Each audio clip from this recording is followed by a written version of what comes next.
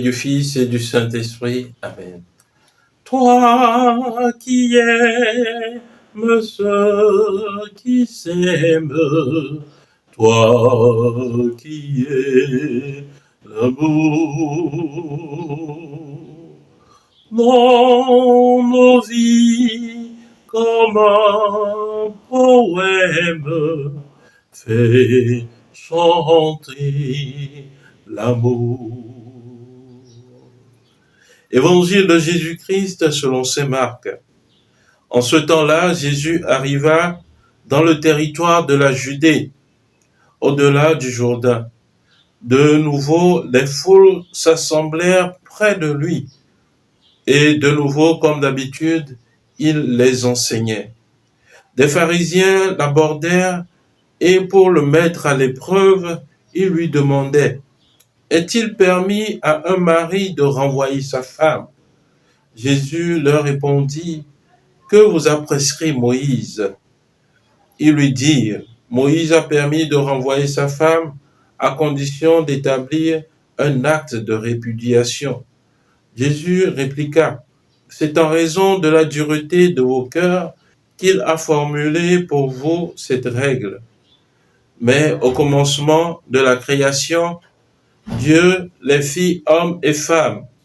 À cause de cela, l'homme quittera son père et sa mère, il s'attachera à sa femme, et tous deux deviendront une seule chair.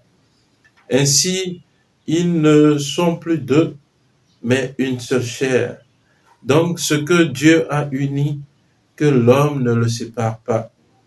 De retour à la maison, les disciples l'interrogeaient de nouveau sur cette question. Il leur déclara: celui qui renvoie sa femme et en épouse une autre devient adultère envers elle. Si une femme qui a renvoyé son mari en épouse un autre, elle devient adultère. Acclamons la parole de Dieu. Louange à toi, Seigneur Jésus. Bien-aimés de Dieu, l'Église aujourd'hui, à travers cet évangile, veut nous instruire sur la réalité du mariage chrétien. Pas la réalité du mariage à l'image du monde, mais la réalité du mariage chrétien. Alors, premièrement, ce sont les pharisiens qui viennent voir Jésus pour le mettre à l'épreuve, comme le dit le texte. Et Jésus leur renvoie à cette même loi de Moïse. Les pharisiens demandaient à Jésus: est-il permis de répudier sa femme? Et Jésus leur redemanda: qu'est-ce qu'il y a d'écrit? Qu'est-ce que Moïse a dit? Moïse a demandé de répudier sa femme, comme eux ils l'ont dit. Mais lorsque nous allons dans le livre du Deutéronome, au chapitre 24, il est bien écrit que l'on peut répudier sa femme en lui donnant un acte de répudiation. Et dans quelles conditions on peut répudier sa femme? Le livre du Lévitique, au chapitre 18, nous cite toutes ces conditions.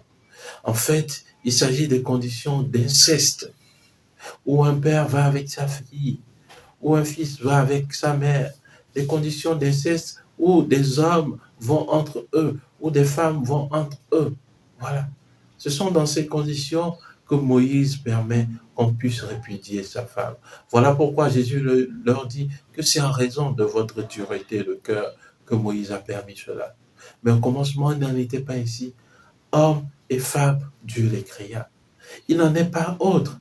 Cela nous renvoie à nos réalités aujourd'hui, où nous pensons que aller avec un homme, entre hommes, c'est normal. Entre femmes et femmes, c'est normal.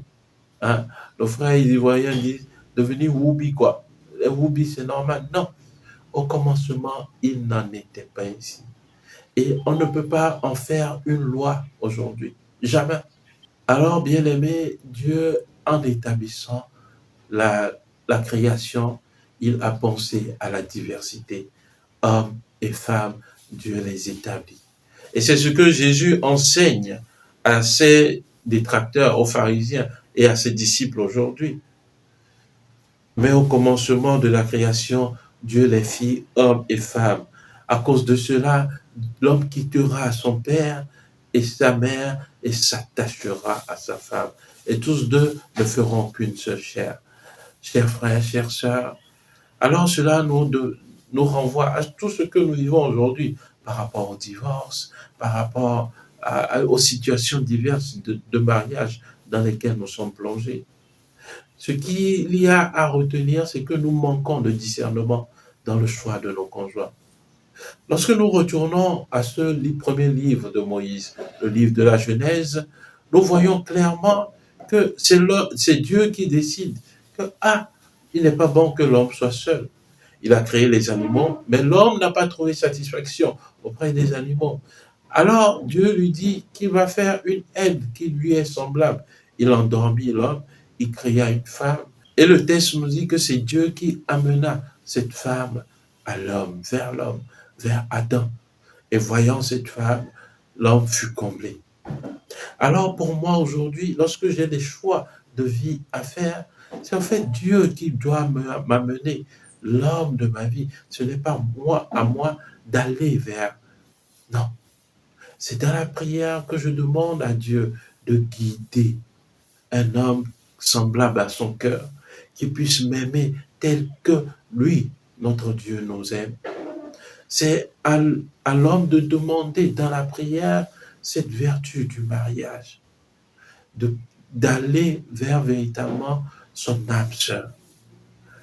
Et Dieu nous guidera sûrement vers des pâturages d'herbes fraîches. Bien-aimés de Dieu, ressaisissons-nous dans nos choix de vie en tant que chrétiens. Demandons au Seigneur de nous guider véritablement vers cette âme sœur qui est la nôtre. Pas que moi je prenne le devant pour aller vers cette personne, mais que le Seigneur lui-même soit le protagoniste qui me guide véritablement vers ces personnes. Pas ce que je pense, mais ce que Dieu veut. Que ta volonté soit faite sur la terre comme au ciel. Pas simplement la volonté de la terre, mais sur la terre comme au ciel. Pour qu'advienne ce que Dieu a prévu pour toi. Prions le Seigneur.